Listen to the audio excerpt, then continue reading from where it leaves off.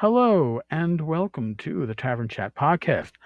I am your host, Eric Tenkar, your bartender in the OSR, and this is another of our designers and makers Fireside Chats. Today, I have Puddles from the Strange Gods Podcast. Puddles, welcome. Hello to you and everyone else. Thank you. Now, you're involved with, is it a 5e podcast or a Pathfinder podcast? Pathfinder. The original Strange Gods podcast, we were playing through an AP of Jade Regent. Okay. And are you going to be part of the team that's going to be doing the Blight? Unfortunately I will be part of that one as well. Okay. Very cool. All right. So, as I mentioned to you before the cast, I have 5 questions that I ask all my guests. It gives us a little background into how you came into gaming. Standardized testing. I get it. Well, yeah, kind of standardized testing. It puts us all on common grounds, and it helps. And it gives people a little insight into you. So, we're going to start with the first question, which is the ground ball one, usually. Tell us about your first RPG experience. So, my return question is, video games or, like, tabletop RPGs? Whichever came first, and if it was video games that came first, and tell us how you came into tabletop. But definitely video games for me. Just because my brother was always really big into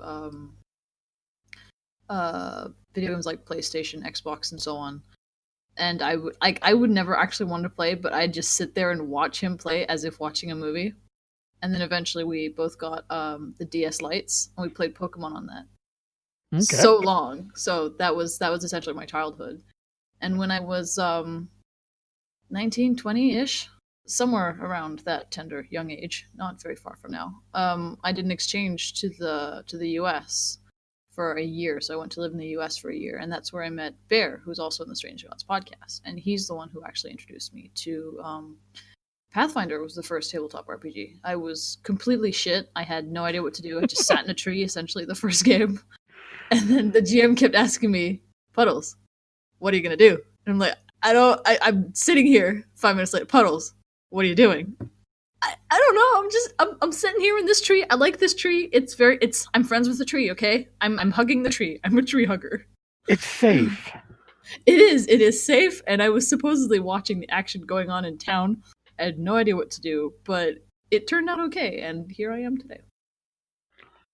Well, and it's...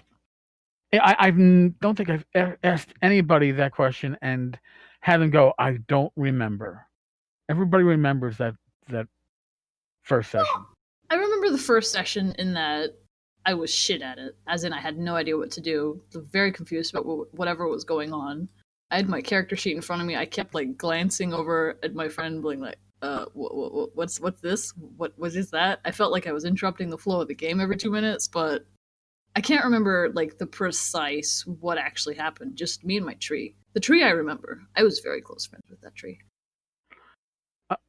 True story, but with my wife, aside from me running one Tunnels and Trolls one-on-one adventure with her first RPG experiences were at North Texas RPG Con. Oh God, I think we're talking about 6 years ago now.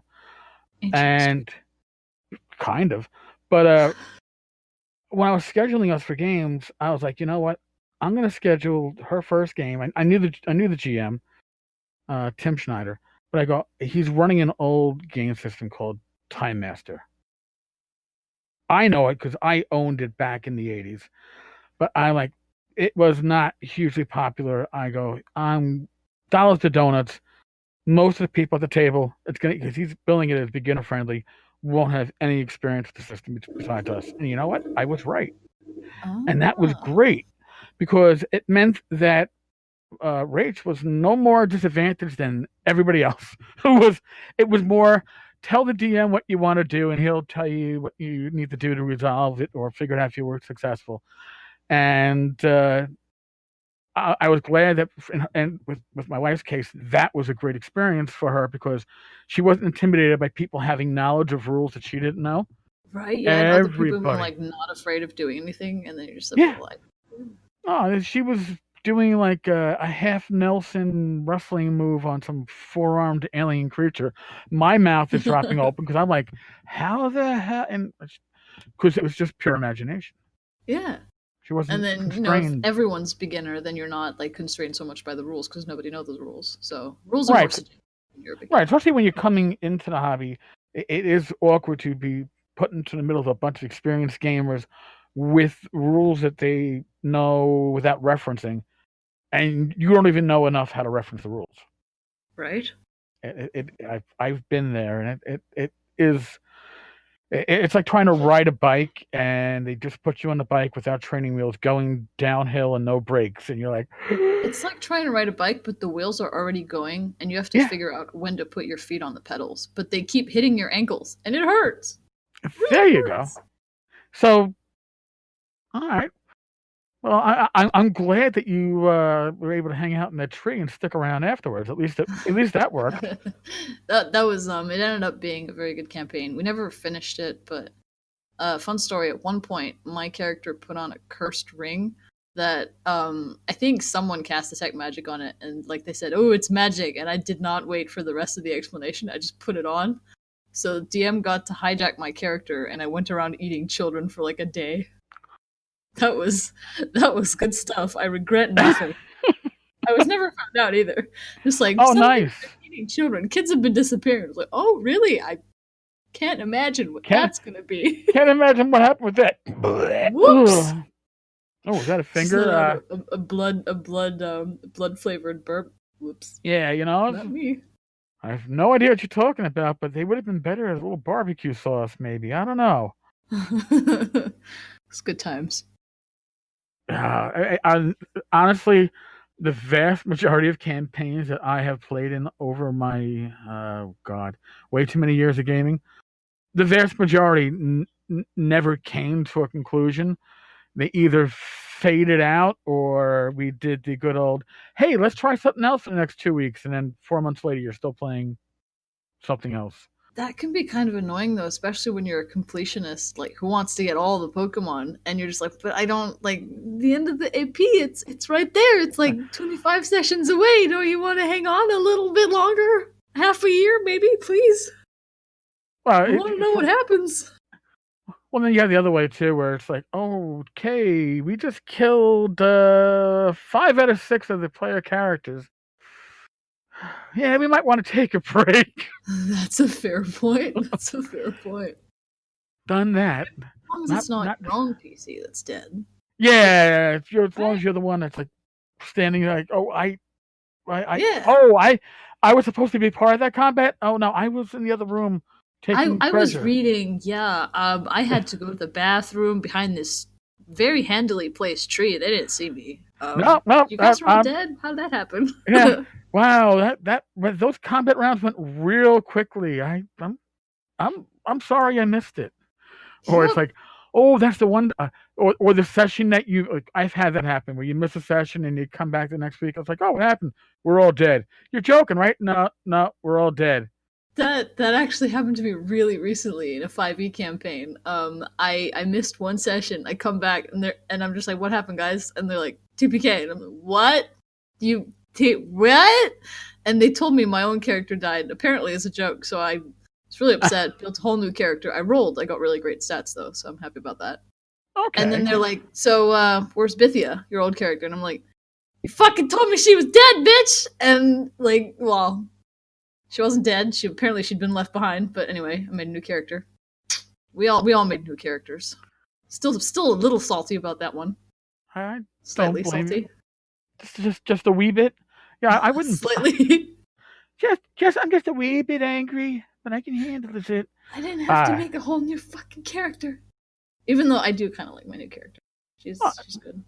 Well, I see. So it kind of balanced out. Yeah, and I've decided that I'm going to keep my old character as a backup PC for this new one. And in case the new one happens to die. That happens to die, like gets killed on accident / purpose. It's all the same. Yeah, because that was. I still remember when we used to game back in college. You'd be like, if you're gonna miss a session, you got to designate somebody to run your character. It's like, what? Why? Just like Yeah. I'm going to the bathroom. Just I'm constipated. Leave me there. Yeah. Combat takes like 5 minutes anyways. Yeah, leave me in the locked room. I'll be back. I don't, because I know I'm not going to get XP for a session I'm not there for. So why should I risk my life? I'm not going to get good treasure because you're all going to pick without me. Nobody's going to say Tenkar should get this. Like, yeah, Tenkar should get the Maryland's spoon, so he can always have gruel available if he's hungry. No, they're not even going to do that for me. Yeah, please. Well, also, like, story-wise, what does it make more sense? Like, that your character was just absent for, a day, or that it suddenly was lobotomized and had a completely different personality? Yeah, or you're being, like, since we're on the topic, it's sometimes what happens to party henchmen and hirelings. You go through 3 encounters and you go, oh, fuck, that's right. Don't we have, wait a minute, the 2 fighters that we have that we hired. Oh, yeah, we forgot they're just hanging out in the back. You totally forgot about them, right? Yep. They're just, well, I mean, they're not doing much. They're getting paid anyway, so they don't care. Yeah, they're happy. It's like, oh, this is a really low impact job. This is great. Low risk, guaranteed salary. That works. All right, well, since we talked about systems here, what's your go-to RPG system? And why? I have to say Pathfinder, just because it was my first system I was ever introduced to. I finally got a bit familiar with the rules, and then my friends were like, "We're gonna do 5e game," and I'm like, "How? What? What?" And it's okay. You play Pathfinder. 5e is basically dummy Pathfinder. Like, okay, and yeah, it's a lot simpler. It's fine, but I still enjoy Pathfinder because of all the choices you have. Like, you open the SRD and then you have races, and you have like 25 plus, I don't know, 50 races you can pick from. And then you go to D&D 5e, and it's like the little bit of core rulebook races. And then the classes, there's so few classes. I don't want to be pigeonholed. Let me play a samurai / witch if I want to. I don't want to be one of those 12 classes. I want choice. I want to take 15, no, that's too much. 5 hours to make a character because I can't choose, because I keep scrolling through pages and pages worth of. Yeah, I like Pathfinder. And I can respect that, but I am like the complete opposite. Yeah, really? And I'm gonna give you the perfect example. I retired from my regular employment coming up on 3 years. And I had this idea in my head, like, oh man, I want to get together. I want to write a really short rule system that's true to D&D and old school gaming, but something that can actually be, as my dog goes crazy in the background. I thought it was your cat. Sorry. No, something something that can be presented on a few pages, and I pitched the idea to Frog God Games. We're brainstorming. And next thing I know, I'm being asked to write a 4-page rule set that covers 3 levels, 4 classes, and 4 races. And putting that into with your monsters and with the rules for combat, and presenting that in 4 pages so you can do it as a folder. 4 pages is ridiculous. How small was your font? I think the font is probably I think it's a 10. Oh, that's standard even. Wow. Yeah. Listen, I didn't do the layout. The presentation is awesome. If you're interested, you can go to the Frog God Games website and download it for free. You can actually email them, and they will mail you a physical copy. But even all the way in Europe, because I'm pretty far away. If you're in Europe, I'm shit out of luck. No, okay. You can reach out to Bad Mike. He's actually in our Discord server, and he is in charge of that. Bad Mike will put something together, and then he'll hit me up for some of the shipping, because that's the offer I made, is that things that go overseas, I will use some of the monies from the Tavern to get it out there. So they'll probably, if you reach out to Bad Mike, he'll give you a whole package put together. But yeah, 4 pages. Oh, and only D6 and a D20 to make it simple for people to introduce them to the hobby, or reintroduce people to the hobby who've been away for 20 years. And it's great for convention play, because you can sit people down and they can create their own characters and be ready to go with a party of 8 in about 15 minutes.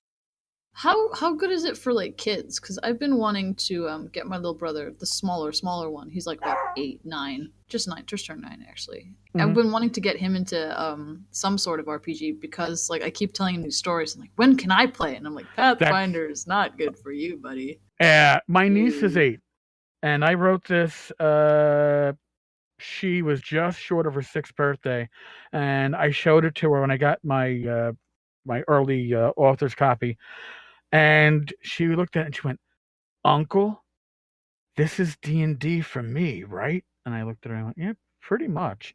She goes, "You can teach me to read this, and then I can play it." That sounds wait, what did you call it again? Because I'm Swords and Wizardry Light. So if you're going to be playing, with the Blight and the Swords and Wizardry complete rules, the Light rules are 95% compatible, but it's literally. I didn't want to do quick start rules where it's one and done, because to me, the excitement of gaming is to have a character increase in level and become a little bit more powerful, and quick start rules don't do that. So that was a challenge to get 3 levels onto 4 pages, but we did it. That's awesome. I will definitely have to try that out with my little brother. Yeah, Who knows? Could be terrible. But I'll get back to him. Well, that's the other reason why I kept the dice down to a D6 and a D20. It allows people. I know from when I first came into gaming, I couldn't tell a D20 from a D12. D20 has the most sides. Yeah, easily the most sides. Easily the most dice I have ever seen. But if you look at, I do have a D30, and I have a D100 that actually rolls somewhere. Yes. Oh my god.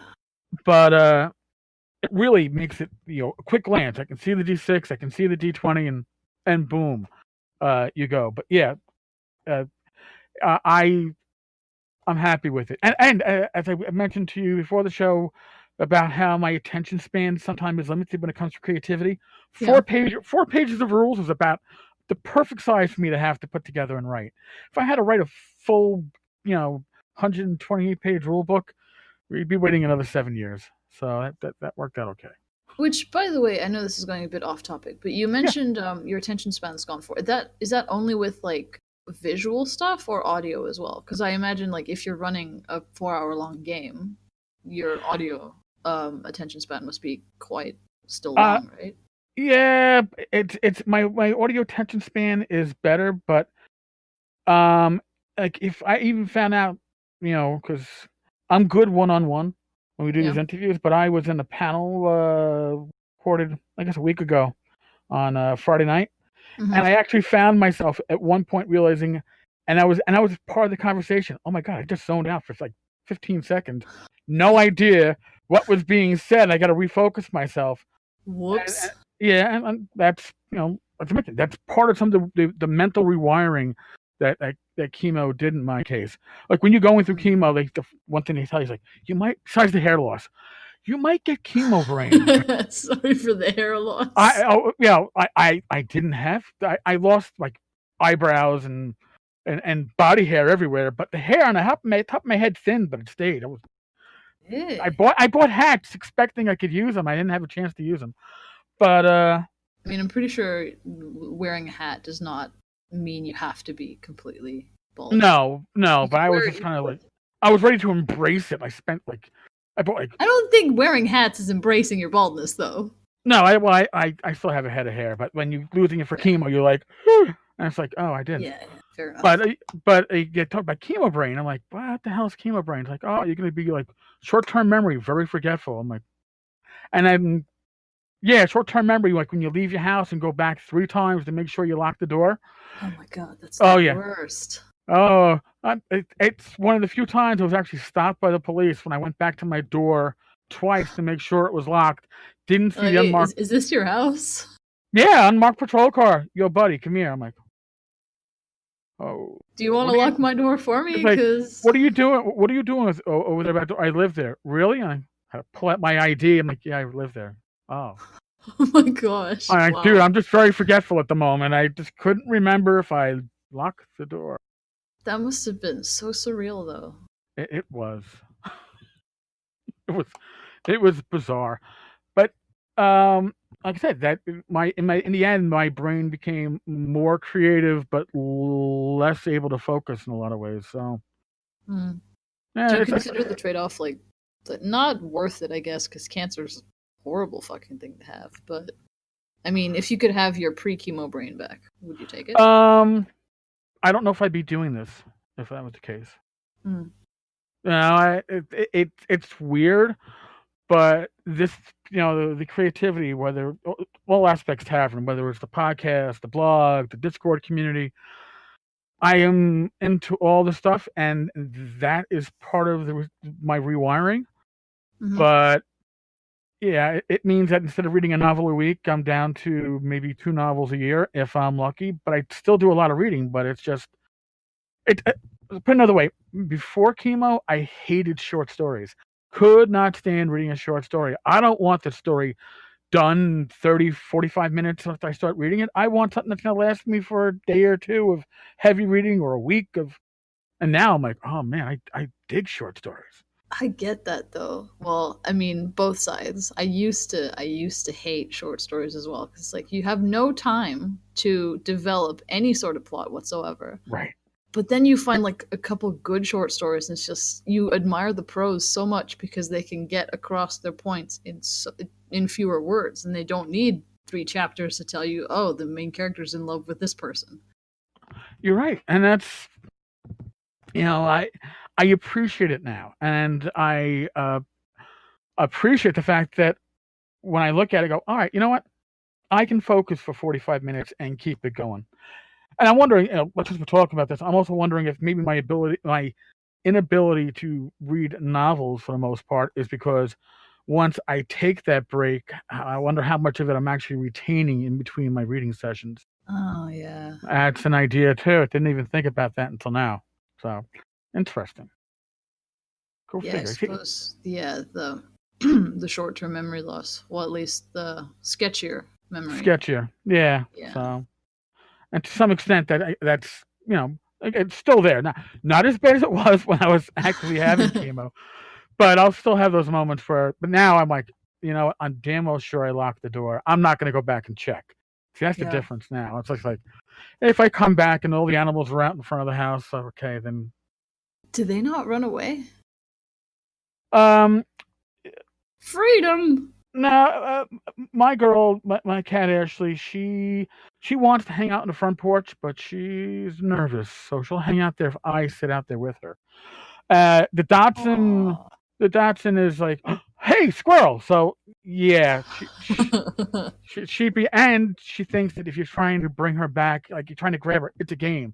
So she'll run right up to you, stop like a half foot away, smile, and then wait for you to chase her. Yes, and it's like, oh gosh, we're not playing that game. There's too much traffic. Things you learn. We learned that with her real quick when she was a puppy. She was like, I don't know, 5 or 6 months old when she got out of the front door, and it's like, all right, God.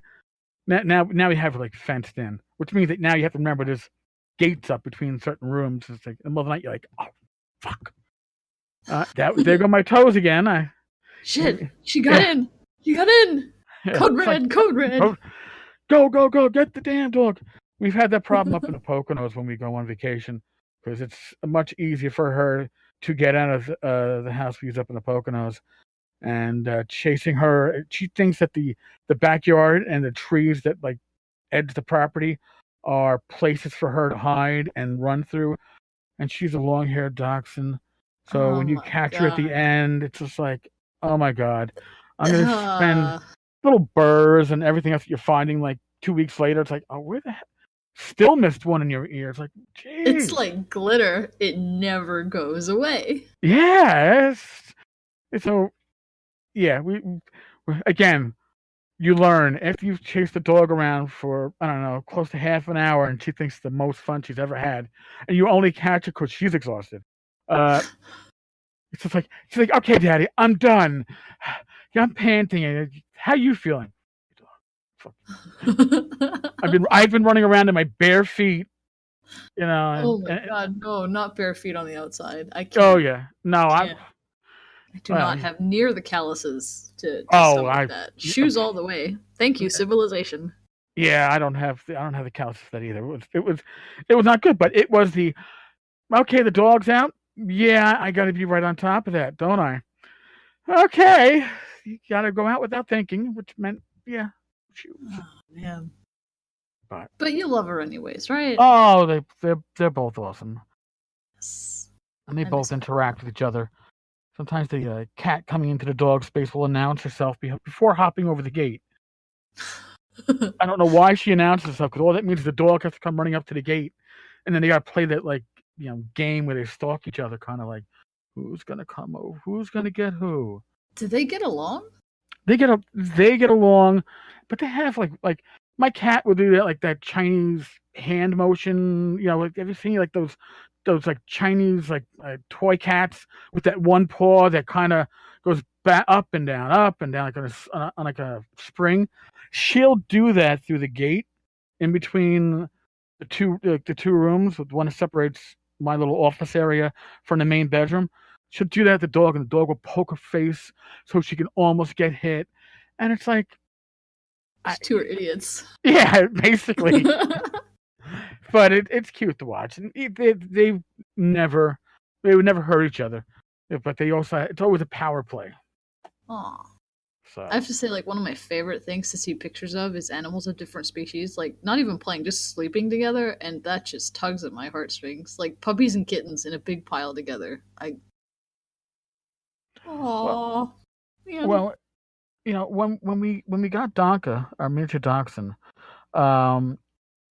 my parents they have two cats, but one of them, Toby, who's a Siberian, he was not even a year older than the dog. So we introduced them, and you would see the dog chase the cat, and then a minute later, the cat was chasing the dog, and it was adorable. And we'd always have to put them together because it was great to watch.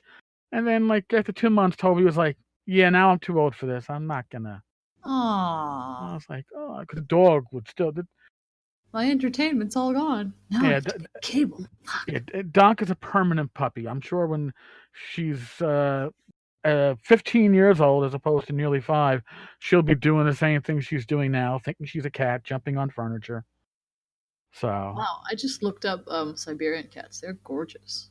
Oh yeah, and they have less dander. So if you're allergic to cats, they're actually pretty good for a lot of people who have minor to moderate allergies to cats, because very little dander, even though they are long-haired, and they're very dog-like.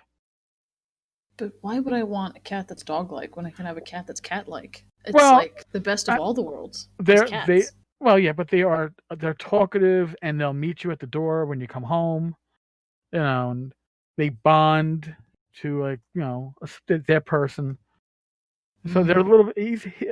Toby's a little bit less aloof than my girl is, but now she's settled in on her blanket on my desk. So I had to get, because I'm a cat person, I had to get an L-shaped desk so I can have a spot for her on the desk. Yeah. Wait, are you saying your cat doesn't crawl all over your keyboard or whatever you have in front of you that you're paying attention to? Oh no, she'll do that and she'll lay on it, and then if I try typing on the keyboard and she's not in the mood for me to type on it, she'll swat my hands. She's like, "Stop it! Not now, not now." My old desk, she actually took over the top drawer. She wouldn't. I had to leave it open all the time and just put a blanket on top of it, and she would just lay there, which was awesome, though. Adorable. But now she has her blankie on the L-shaped desk. She has her own space. She's just a hand pet away. Oh yeah, literally, I'm doing it right now. Yes, Ash, you're a sweetheart. I'm so jealous. Well, if I say it too loud, the dog will hear, and then we'll have the nice. Just a wee bit of jealousy going on with her.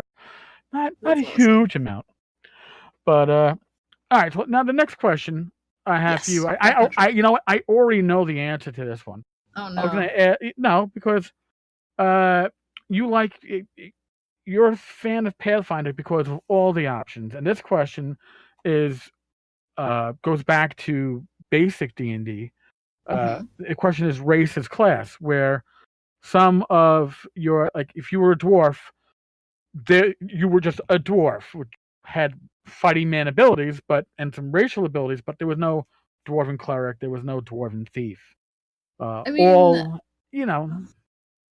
so I appreciate that in that it's a lot simpler to play, but it's also kind of racist in that just because you're a dwarf doesn't mean you're like all the other dwarves out there, right?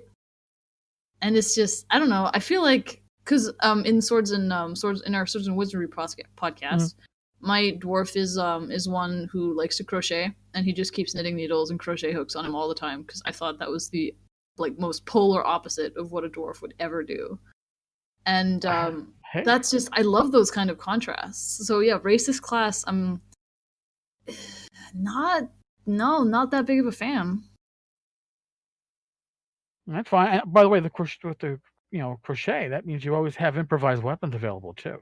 Well, I hadn't thought of it like that because he wouldn't like to get dwarf on his weapons. No, get blood on his tools. Oh my god.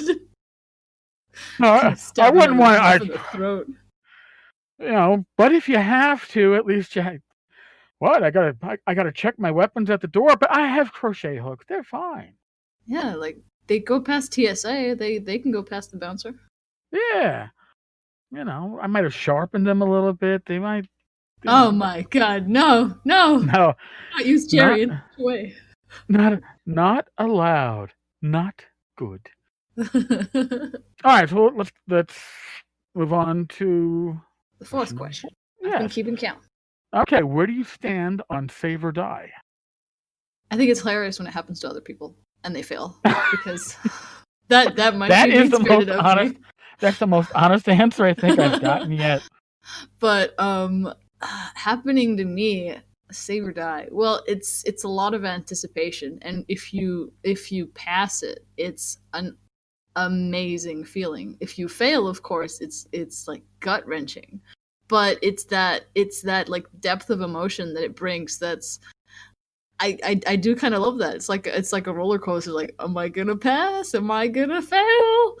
And so, okay. Do the three death saves in a 5e, does that count as save or die or no? Well, it's save or die with training wheels on it, I guess. But yeah. So I have a story relating to this. Was that recently I was in a game with Bear, so I mentioned him earlier in the podcast, and he was playing a character that none of our characters really liked him, and he was put down on the ground. So he does first death save, fails. Second death save, he fails again. And at this point, my character is like, okay, I guess I perform a medicine check, which gives him 2 automatic saves. And then before he gets to go again, there's another character, I think he's a paladin, who can lay on hands him. And he's like, no, I want to see how this plays out.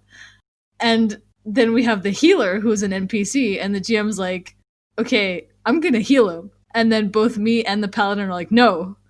We tried diplomacy, and eventually the paladin manages to intimidate the healer into not doing anything. And we're all just like staring as this guy is like third death save, and he fucking natural 1 on the 3rd death save. It's like, well, the universe wanted you to die, buddy. I'm sorry. But that was the funniest session I've had recently. It was very, very good. Yeah, you pretty much let's just watch him bleed out. Yep, I couldn't just imagine like the 3 of us just like standing over him, the healer reaching out a hand, the paladin grabbing it, but no. No, hold on. Let's just see if the blood starts to coagulate on its own. Let's just... Yeah, like, I mean, it's not that bad. He's just been hit by multiple arrows, slashed a bit by an... He'll be fine. Let's watch what happens.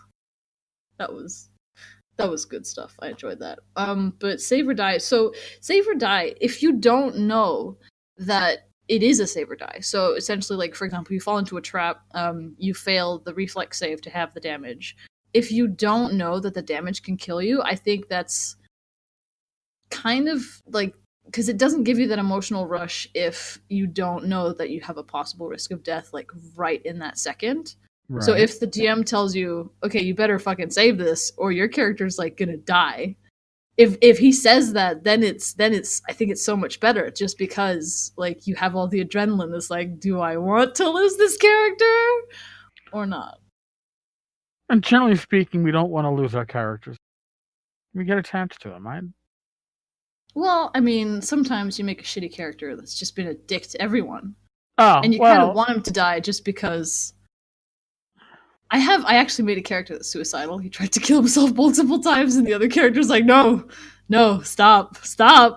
was it at least like hate to say it like this, was it at least like suicide by cop where you decided to throw yourself at the enemy in the hopes of dying? Or was it like, hold on a second, before we go to that next room, I might want to, like, I don't know, open a wrist? I mean, hate to say light like that. There was he was, so in that game, it's essentially anthropomorphic animals, like animals kind of as humans. Imagine furries. I'm playing a toad who is a complete pacifist, and they're ferals, so animals have gone crazy. And our job is basically kill the ferals. But he's like, no, we can rehabilitate them. And he gets stuck on his own with a feral, and he's trying to run away by climbing up a tree, and he falls on the feral and crushes it. And this sends him, like, spiraling into a deep depression. He's like, I must atone for my sins! And he literally tries to stab himself with his own sword, and the other character's like, no, okay. Stop. This went on for like 2 sessions before they finally found something that could be, oh, okay, I guess I'll live for the party to atone for my sins. Okay, so, it'll be a slow death as opposed to a quick and pain. Well, it's always painful. I mean, currently, me and another character are like, there's a schism in the party about kill the ferals or save the ferals. And we're both pretty fucking angry at the other side because one side are heartless murderers, and the other side are apparently, what do they call us? Can't remember what exactly they call it. Something about pansies and cowards, and you have to kill them for the good of everyone else. So, entertaining stuff. I can see, and that is when your campaign, when the interactions between the players is what helps drive the campaign. I think you as a group have really hit it. And that sounds like a campaign that's going to be a lot of fun to be in, because it's not just your DM moving the storyline along. You're moving the storyline within the group. Yeah, that's all. Like, those interactions are always they're a part that I really, really like, and especially if you don't like know the group and you just find someone you click with, and you can just have that, just the banter and stuff. That's cool. All right. Well, now we're going to head to the last question. Oh no! We're reaching the end. No, well, it'll be unscripted from here. Yeah, well, we've been unscripted already, I think. Well, yeah, you haven't. No, we've been free ranging a lot. These questions have driven a lot of conversation. But all right, when you came into the hobby, did you think that you would still be involved in the hobby at this point? And second part of that, when the person that you were when you came into the hobby, what would they think if they saw how involved you are in it now? Would they be surprised? I don't remember, honestly. I think when I first came into the hobby, so a couple years ago, I only played for about 6 months before I moved out of the US and had no contact with D&D for like 2 years because there was no one around before I really wanted a session, and then I went on Roll20. But so towards when I first came into the hobby, those first couple, like the first month or so, I think like I was, I guess, ambivalent towards it, and then I started to really enjoy it. Like every week I'd go like, are we playing Pathfinder? Are we playing Pathfinder this weekend? Like are we going to the dorms? Like what's happening? Can I play? And I think I don't know. I think I would definitely have enjoyed knowing that it's a fantastic way to make friends and to know people from all across the globe, because I mean, Roll20 just brings you, because I've played with people from India, Ukraine. I sound so world-wise, but no. Don't want to toot my own horn, but I know a lot of people. But where was I going with that? Wait, what? I forgot. No, you've infected me. Sorry, short-term memory loss. God damn it! Where was I going with that? I can't remember. I think that you were going to say something about where you are now in gaming. Oh, yes. You So, see. thank you. Yes. Thank God for other people who listen to me, because I sure don't listen to myself. I have experience with short-term memory loss.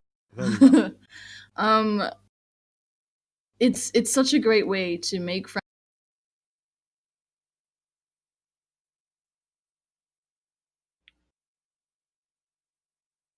Know anybody else. Like, I know I'll just hop on Roll20, or even with my current group now, like, I'll still keep those connections. Like, even if we don't play anymore, it's still awesome and amazing friends that I've made, and I love that. But also the fact that I have a constant source of entertainment with other people that doesn't just involve me with my nose buried in a book, which has been a constant complaint of my family my whole life. Anyways, that it's actually some form of social interaction. I really enjoy that. I'm no regrets. I have no regrets about Roll20 either, to be honest with you, because I guess from 90s, I gamed actively from the early 80s to early 97, and then I don't think I came back to gaming until 2005, 2006. I still bought gaming materials, don't get me wrong, but I wasn't gaming because work hours weren't really working for it. And then I found Fantasy Grounds, and I got into a Warhammer 40k Dark Heresy game, and I learned something that I could enjoy gaming on the internet using a virtual tabletop, and B, something like Roll20 is great if you're a player, but if you want to actually, if you're a GM, it's shit. Is that it? Well, if you're a GM and you have the time to put your own adventures into the interface, or I guess can purchase pre-done adventures to put into the interface, it's great. As a player, I had a blast, but trying to then set it up on my end to put my own creations of adventures into it, I don't want to say I wanted to shoot myself, but it was highly frustrating and required a lot more time than I could invest in it to either learn the quasi-programming language or just the time to put it in. And then I backed Roll20 on Kickstarter, and it was frustrating at first because Roll20 is not the robust interface it is now. It was very quirky, but once they fixed the quirks, it was excellent. And I wound up having a gaming group that covered we went from Connecticut to New York and Pennsylvania and Florida and Texas and Vancouver, Canada, and pretty much all over North America. Yeah. And you make some, honest to God, true friendships that way, because you're like bonding over something you both enjoy. Right. And just like gaming at a table face to face, your first 10 to 15 minutes are the catch up on the previous week and telling bullshit stories and kidding around and then recapping what happened last week, and then getting into the game, and then you learn the idiosyncrasies of everybody that at that virtual table with you, which makes it even more real. It is real, but it makes it more like sitting at an actual table when more immersive, because you know how people think. You learn that to some extent, but that sounds pretty stalkery. Yeah, but we got to know each other enough that they would know. Well, it's likely what Tenkar would do in a situation like this. Like, very rarely did we surprise each other by the actions that we took, because everybody comes into it with their own angle to some extent. I think when it comes to games, unless you come into it with all right, I'm going to play a character like the drunken fallen Jedi. I had a lot of fun playing that one, but because hey, when your fallen Jedi Master goes around with like a bottle of scotch, and what could be better? I mean, You could have I'd argue that might be better. Sober? Yeah. Or a high. Or you could be high. Just like constantly munching. Oh, well, yeah, those munchies. Yeah. Then you get the your Jedi Master, I guess, becomes the dude. It's like, oh my god, it's the dude. But what? When you're drunk, you're not just the alcoholic? No. No. Well, are we talking in real life, or are we talking in game? In games, yo, come on. I'm not ready to discuss my alcoholic tendencies in real life. It's funny when we talk about that, because when I gamed in college, we had a rule: no alcohol at the table, because we were serious about our role playing. No, we don't want to. We could go out and like binge on Wendy's or McDonald's and have a table full of junk food. That was fine. You could get high in sugar and carbs, but you weren't going to get high on alcohol. You just wouldn't do it. Then I came back to gaming and playing with the VTTs, and my only rule then was, if I'm running the game, stone sober. But if I'm playing, Fireball, whiskey, a nice beer, whatever, that's fine. It makes the game more fun. Yeah, but as a DM, I gotta focus. So I can't drink. Yeah, no, I think like as the DM, it's kind of like if you're playing a computer game. As the player, you're fine. But if you're the software running the whole thing, if you're lagging and stuff, that ruins the whole experience, right? Yeah, like, okay, jeez, hold on a second. I just had one of those moments. Yeah, roll some dice. I don't know. We'll figure it out. Just roll. Nah. Roll something. I'll decide what to do while you're rolling. Snap decisions. Here I come. And my GMing style, especially if I'm running with something that I've prepared or I've written, is I work with more of an outline and prefer to improv a lot of the details based upon what the party has done or what they appear like they're doing. I don't change the plot, but I will certainly change the trappings to fit the party and what's going on. Rules are just suggestions. Right. They're made to be broken and abused. But I can't do that when I'm drinking, because then it becomes, I can't think fast enough to keep up with these people. That's fair enough, yeah. But as a player, I'm sure my DMs prefer me drinking, so they can, oh good, Tenkar's going to take a little extra to think this one out. Nice. So. Nice. Yeah, well, it's always fun when like someone surprises you, because you get to know them so well. You're like, oh, I'm pretty sure they'll do this, and then they come out with, oh no, I'm gonna do that, motherfucker, and it just completely changes, and you're like, oh shit, I didn't plan for this. Yeah, and that's part of party dynamics, especially when you're playing with the same people, and within that campaign, because you also, even if it's a campaign, and some players like to put on for their character's role a different persona for each campaign. Some people, it's the same persona, just with the trappings changed barely, because but some people will change. But after a few sessions, you generally get an idea of how the party cohesiveness is.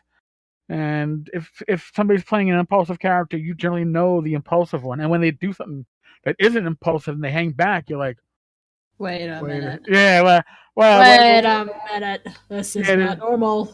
Yeah, what's going on here? Is there a doppelganger involved? Are you in charge of your own senses? It's like when your toddler is being quiet, you're like, hang on, this is not normal. Something's going on.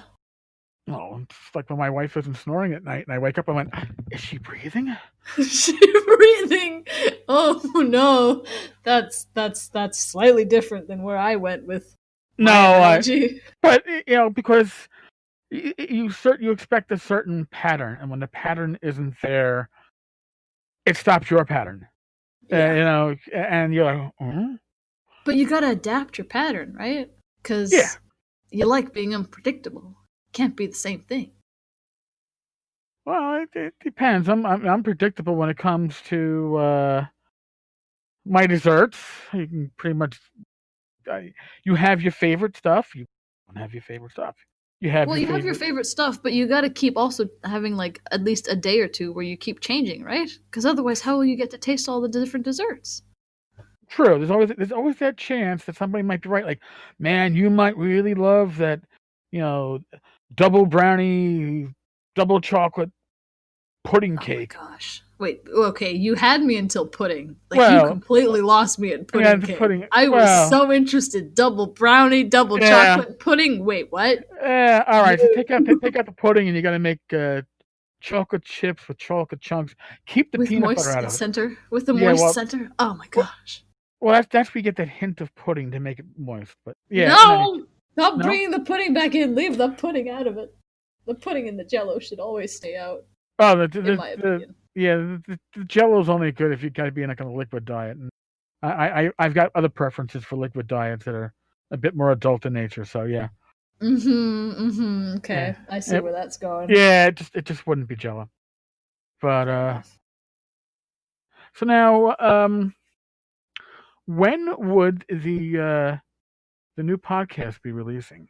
I've spoken to others on your podcast crew, and they've teased the shit out of this, and I'm like chomping at the bit, and I'd like fucking know when I'm gonna get a chance to listen, let alone my listeners get a chance to listen.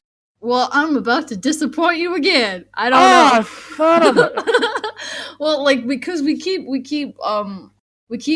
wanting, we really, really want to put it out, but we wanted to do such a good job of it. I think we're like currently remastering episode 1 because it sounds like shit. But we really want to have a really good product. Yes, our salespeople, we're doing very good on the marketing part. But anyways, we're. Oh my god, wait, no. I'm in a dead end now. Where was I? Okay, yes, release date. Soonish. I'm yes, that definitely soonish. Within this year. Maybe autumn, summer, spring. No, definitely winter. It'll still be cold. But will it be cold this year or next year? We don't know. Oh, well, no, it better be cold from this year. I mean, not cold end of the year. I mean, cold. Damn it. I was about to say there's a loophole there. We have a year more. No, no, don't do that. I think it is. I think it is going to be within the next couple weeks, though, because we've been redoing episode 1, and I think it's going to come out. Don't quote me on this, because I'm gonna Melkor's gonna kill me. But I think we're supposed to come out with multiple episodes, like a couple episodes on the first release. I know we did that with the Strange Gods pod with the Jade Region AP. Like, we came out with a double episode first day. Oh, so it's gonna be like a Netflix release, but I get to binge. That's what you're telling me. Well, I think so. I mean, it could be we're just gonna release it in 5-minute episodes throughout the course of the day. So at like 1 o'clock, you get the first 5 minutes, 2 o'clock, next 5 minutes, and so on. Because I would enjoy that more, because everyone is suffering there. You're suffering, listeners are suffering. Fucking someone on the other side of the globe who has no idea what's going on is also suffering. Yeah, but the person that's going to be suffering the most would be the person that has to cut up that podcast into 5-minute episodes. That's true. You can't take a knife to a PDF file. Not a PDF, an MP3. Don't quote me on that either. Don't quote me. I'm not quotable. I say things and I don't listen to myself, and things come out of my mouth and I'm just like, wait, what? I didn't mean to say that. But, what did I say? Was that me saying that? Was that me? It was someone who just sounded a lot like me, because I would never say that, right? Remember, the internet never forgets. Oh no, the internet, the bane of my existence. Oh. I never post anything on the internet because it never forgets. That's okay. I think I put up 8,000 blog posts over the last 9 years, or nearly 10 years. So yeah, I've given up on ever going back and changing an old post. I might edit it with new information, but I'll leave my If I was wrong about something, I'll just put a line through it, but I'm not removing it because you got to own your mistakes. And if you Well, I got mean, you 8,000, own your mistakes when you make a reasonable amount of mistakes. When you make a right? shit pile load of mistakes that's bigger than your actual blog post, then I think you gotta edit back a little bit, right? Eh, Well, at least a little bit. I'll edit in corrections, but if I screwed up, like I said, I'll line it out. But people can go back and look at the Wayback Machine and go, oh, wait a second. Back in June of 2014, you said, but now when I look at it in 2019, it now says. I mean, then you're just like, you probably read it wrong. Okay, I'm sure I'm right. For sure. For sure. You probably read it wrong. I'll just blame it on chemo brain and I'll walk on. Exactly. And you just have to say, well, you have to go through chemo to be on the same level as I am. Yeah, it's a certain level of special. So special. It's beyond snowflake special. There you go. All right. Well, I'm gonna ask you. I have an important question to ask you. Oh no. Did you have a good time? Well, okay. So if I were to rate this current Tavern side chat, I'd rate it a 5 out of 5. Yeah, it was pretty good. All I right, enjoyed good. it. All right. Well, especially because like you chat to the listeners, the podcaster, the guest. Yeah, that's the word. Like before the actual podcast starts, which I think is an amazing move because it lets them get comfortable, right? And they're not super on edge. Like, oh my god, I'm being recorded. I got news for you. I supervised detectives for the last 12 years of my career. Fuck. So, well, yeah, but one of the things when you're dealing with witnesses, the most important thing to do is to get them comfortable. And you don't do that by coming off as, excuse me, ma'am, I need to ask you a few questions. So actually, detectives are the masters of socializing? If they're effective. Fair enough. Yeah. Which, by the way, since you were a detective, have you seen Brooklyn Nine-Nine? Brooklyn Nine-Nine is a hilarious show. Is it anything like that? I need to know. Does Terrell Brooks really exist in real life? Some of the dysfunctionality of that is certainly accurate. The rank structure, you would never have a captain sitting with detectives in a precinct, but whatever. There's a lot of the dynamics, a lot of the high school level chicanery. Yeah. It happens in every command. When I was a cop in the Bronx in the late 90s, coming in to have your locker broken into and somebody putting like fresh fish from the fishmonger 2 blocks away in your boots happened. No, gross. Leaving your nightstick in one of the patrol cars and having it found by your sergeant, who then puts 7 coats of white paint on it overnight. So your black nightstick is now not just white, but won't even fit into your belt holder because of the extra paint on it. Oh my god, so many stories. This is amazing. We wallpapering one cop's locker with they made a wanted poster because he, God help him, Cappy was a nice guy. He was a little special, and he came, yeah, and he came in with a Polaroid of him with his parrot. And he's kissing his parrot. Why you would come in with a photo to show other cops you kissing your parrot? But they took the photo, photocopied it, made a wanted poster out of it, and then wallpaper glued like 50 copies of this to his locker when he went out on patrol. So he comes back in on meal to take off his shirt and his gun belt, and he sees his locker's been defaced. And as he's staring at it, our captain, Captain Dolorosa, he was from Spain, and he had the Spunner accent.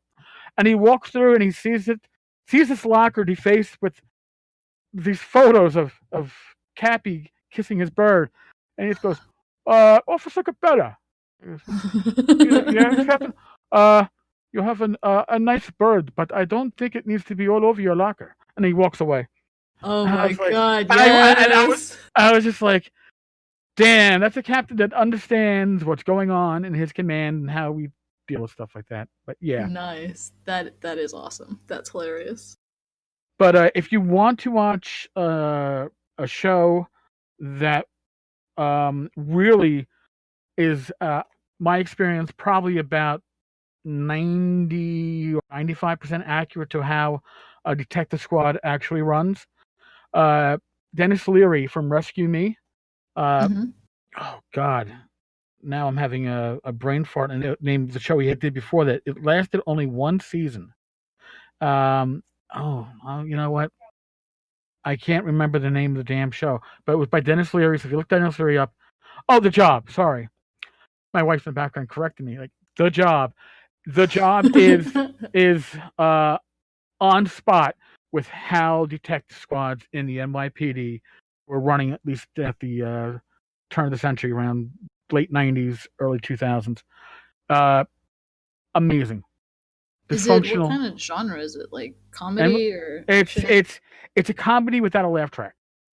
Oh, nice. Okay, so they're not gonna tell you how to laugh. My personal favorite episode, because I did crime analysis, crime stats at one point as a cop, and they have an episode where the same dead body keeps on appearing in different precincts because the detective squads.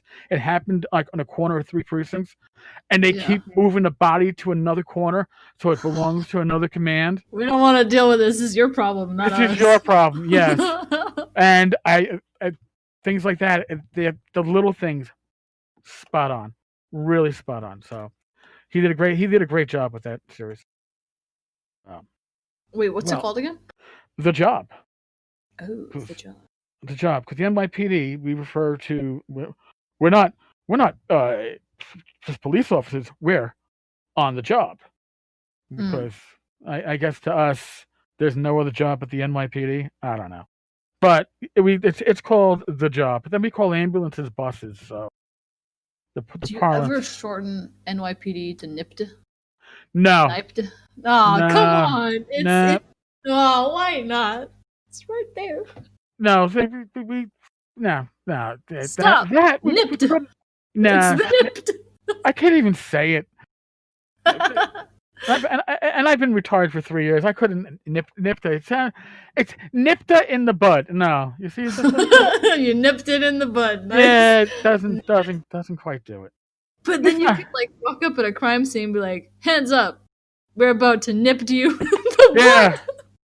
Honey, NIPTA's on the phone. Who? Somebody from NIPTA called? Oh my god. What they want? I fucking wish. It would make getting arrested a whole lot less stressful. Although I suppose it's not really the effect you want to have either. Yeah, to be honest with you, getting arrested, I'm pretty sure there's no way to not make that stressful. Unless you're one of those repeat offenders that go through like once every month or so, in which case you bring them in and you get to the digital fingerprints, and they'll go to you, "Officer, I'll do it myself." And they'll fingerprint. Get me a donut. That's when you know you have somebody who's run the system numerous times. They don't want, "Officer, you're going to take too long. They're going to reject the prints. Just when I tell you hit the button. You're like, okay. They're rolling their own prints. This is good. You just saved me 15 minutes of my own time. Thank you." But yeah, you all have to work together, I guess, right? Yep, it's true. Well, Puddles, thank you. That's me. Yeah, I don't think I've laughed this much during an interview, so well done.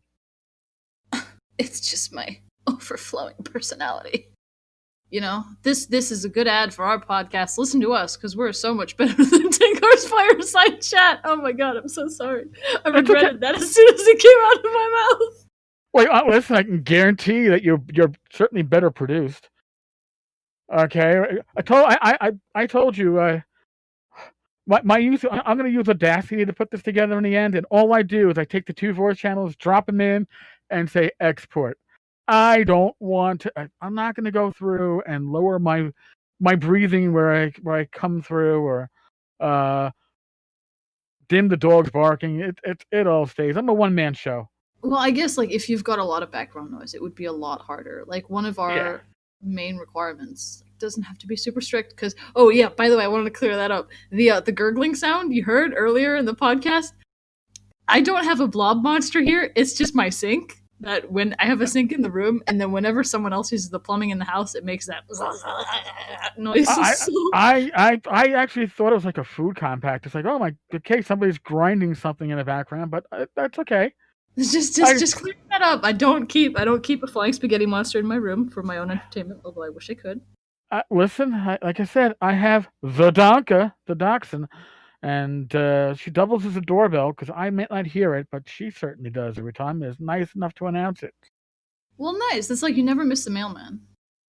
No, ever. Which, by the way, do mailmen just leave packages on your doorstep in the U.S.? Yes. Because they at least they give it to the neighbors. No.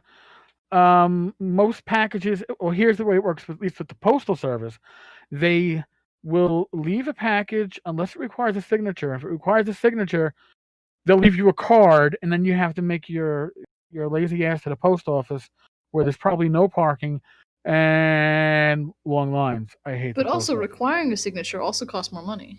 Yes. For shipping. So most of the time, they leave it. UPS. My UPS guy knows me. He knew my hours when I was working and would actually come when he knew I'd be home, which was a home run. Small stuff he'll leave. Big stuff he'll find. These leave it with my neighbors, but now, generally speaking, he'll wait for somebody to sign for it. And FedEx, when FedEx delivers something, I have no idea. Sometimes they don't. They see that. Sometimes they see the package. I feel like they threw it up the 12 stairs and just wanted to see if it could land on the front porch. Ah, shit, that sucks. That sucks. It is what it is.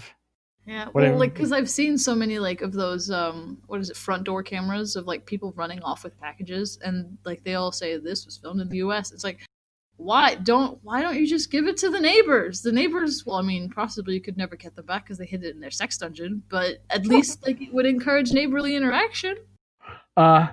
Years ago, back when the internet was first hopping and I first got on eBay, I found a collection of old Dragon magazines from issues in the 30s, the 40s, the 50s.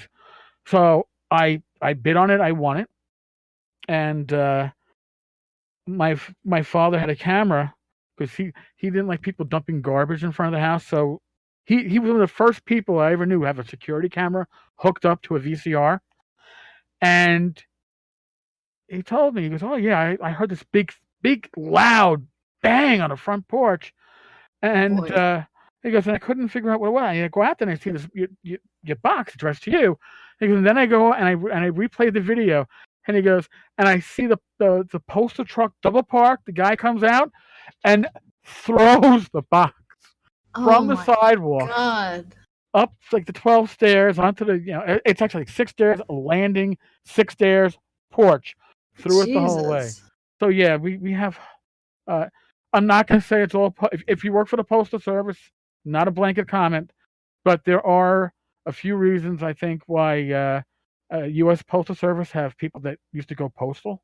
I can understand because the people they hire probably aren't always. And then you have everyone calling to complain, and they're like, "Well, I didn't deliver the. I literally don't know what you want me to do. I didn't deliver the." Right, it wasn't me.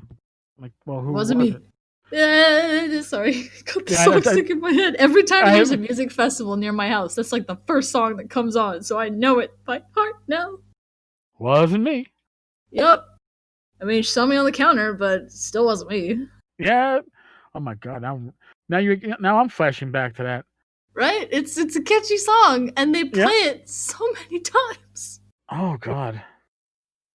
Because I live right next to a big park where sometimes they have not really music festivals, but fairs and so on. Okay. And the sound speakers they use are massive, so you can always hear them. And "It Wasn't Me" by Shaggy is so popular. You get to enjoy free concerts from your own home. Look at that. Yeah, it's so nice when you're trying to sleep, and all you can hear about is how some dude's saying that he didn't cheat on his girlfriend when she fucking clearly caught him in the sofa, on camera, and in the bathroom. Oh, God. It's a good song, though. It is. Except when it's pissing me off. Oh, God. All right, well, Puddles, I am going to put a link to the podcast in the show Yes, notes. please do. It's hang on, I'll read it out loud so everyone type it in. It's www. Wait, no, it's https I don't know what that's colon https:// strangegodspodcast.com/authorspodcast/. Yeah, click on that link and you'll be fine. I hope that was the most annoying someone's ever plugged their website ever. That was what I was going for. No, actually, we had somebody who wrote off like 7, but damn. I must do it again 7 times. Next time, my suggestion is generate a Bitly link, and that way you can out loud. No, generate it out loud. No, but if you generate a Bitly link instead of having to read that huge thing, you'd be like, it's Bit.ly/Strange Gods or whatever you guys make the shortened link to, and that way just strangegodspodcast.com. That works too. Super simple. Super simple, and if you can't find it because you're mistyping, then Google it, because Google does everything. All right. I mean, does it? Because well, at some point it's going to probably run your bathroom. So I mean, and if not that, then Amazon will. Well, actually, Amazon already has a smart microwave that's Alexa enabled. Does it smart microwave, does that just mean that you can tell it out loud, microwave my stuff for 2 minutes on high? It just means you don't have to touch it, right? It's not like, ooh, your food's ready, sir. Have your Thai curry reward.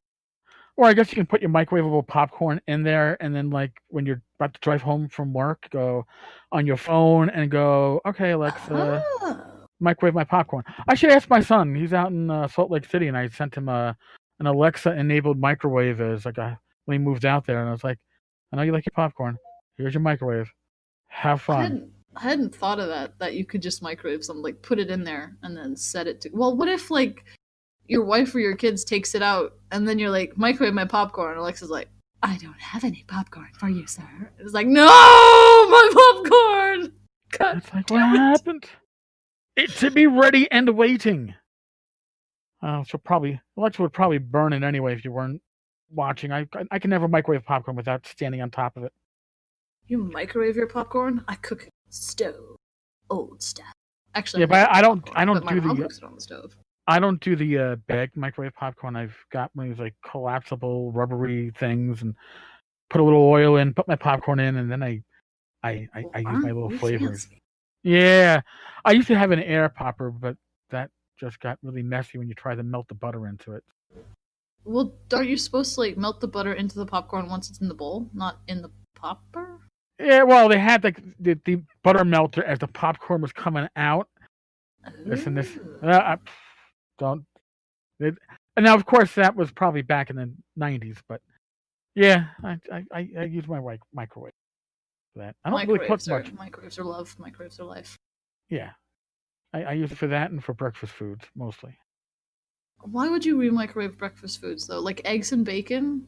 No, but when you can get the really good stuff, like the Jimmy Dean sausage and egg white and cheese on a biscuit, comes out pretty good. But I actually do prefer making my breakfast on a stove if I'm cooking for at least me and my wife.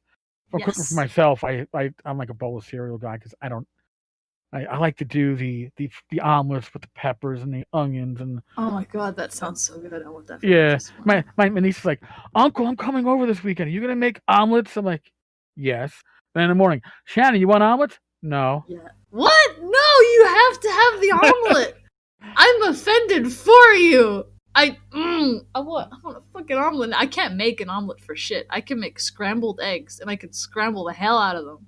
But I can't make an omelet. Every time I try to fold it over, it splits apart as if to say, got you again. You I had to get a pan that was just the right size for the omelet, so that way I know it's gonna cook the right size, and then it's almost like you have to kind of almost overcook the scrambled egg just a little bit before you flip it, just because you need it a little denser so it doesn't do the spaz fall apart deal on you.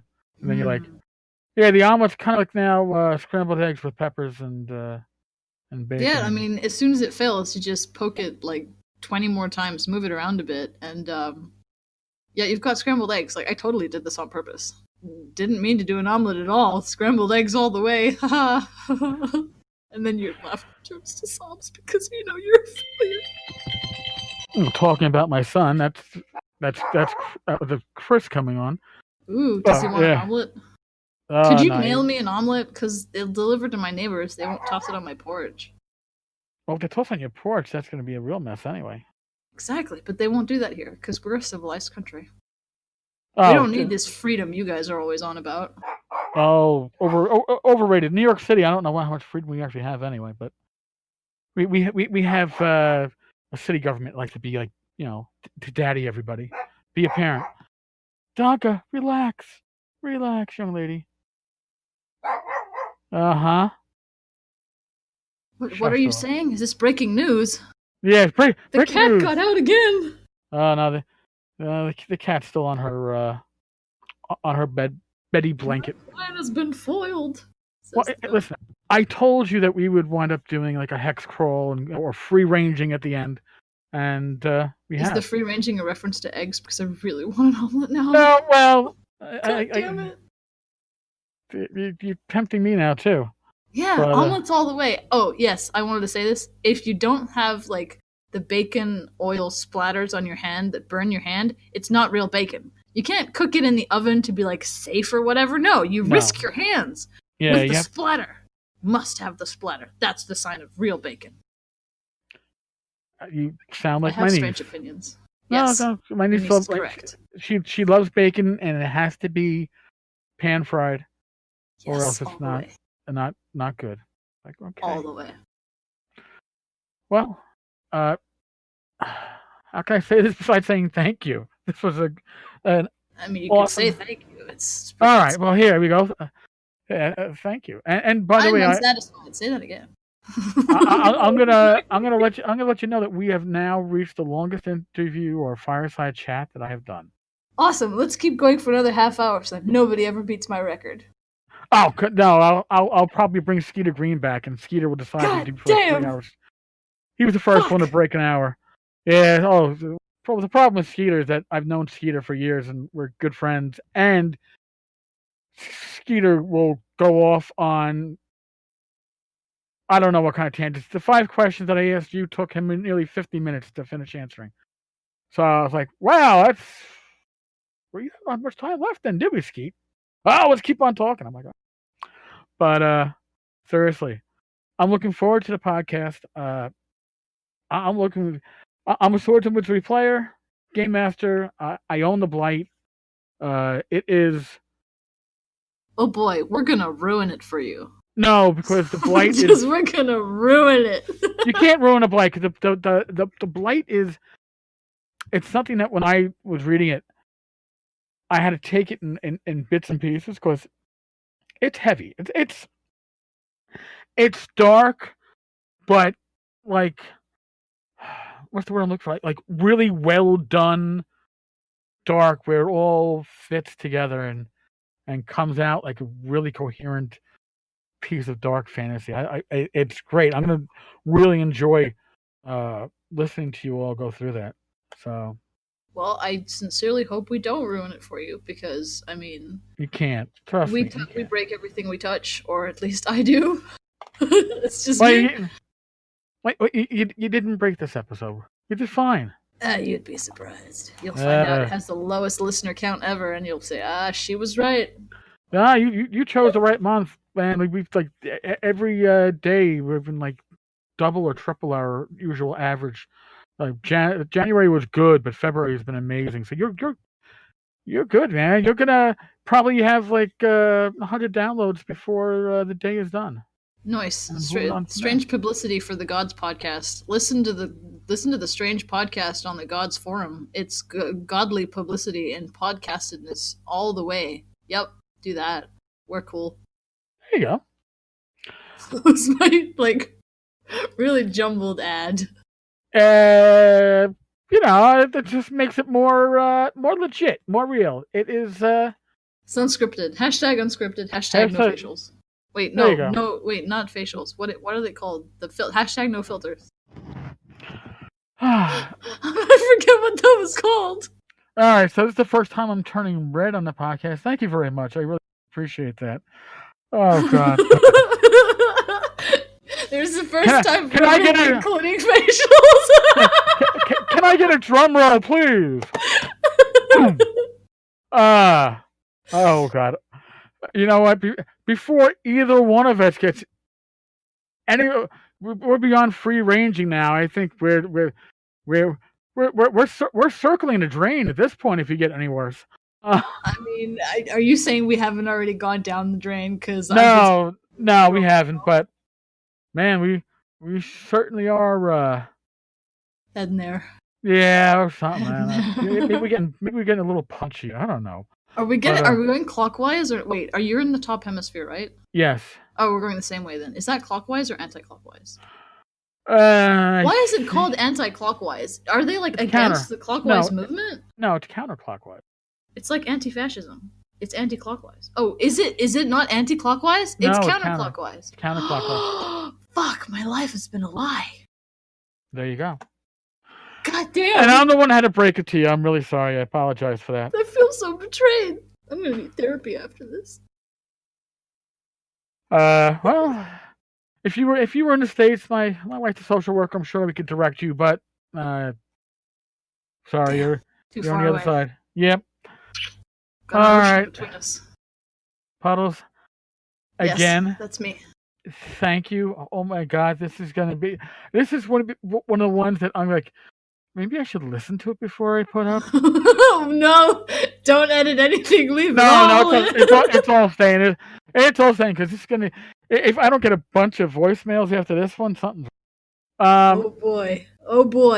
So listen to the Strange Gods podcast, okay? It's all like this all the way, except we don't have a Tenkar, so it's so much inferior. No, it's just. But we have a Puddles, so that's. There you go. What more do you need? You know, Puddles brings the order to gaming. I don't know. It certainly brings the last smiles and made me red. So there. What more can we say? Hey, mission accomplished. Mission accomplished, folks. Thank you for listening. We both appreciate you spending time with us. Do I? Yes, I do. Yeah, you do. Kind of. Oh, okay, fine. I do. Yes, I do. Yeah. You go. As always, be healthy. God bless. Roll your dice well. Listen to the Strange Gods podcast. And I will talk with the rest of you tomorrow. Later, folks. I won't. Bye, guys. What do you mean you won't? Oh, yeah, you're right. You won't.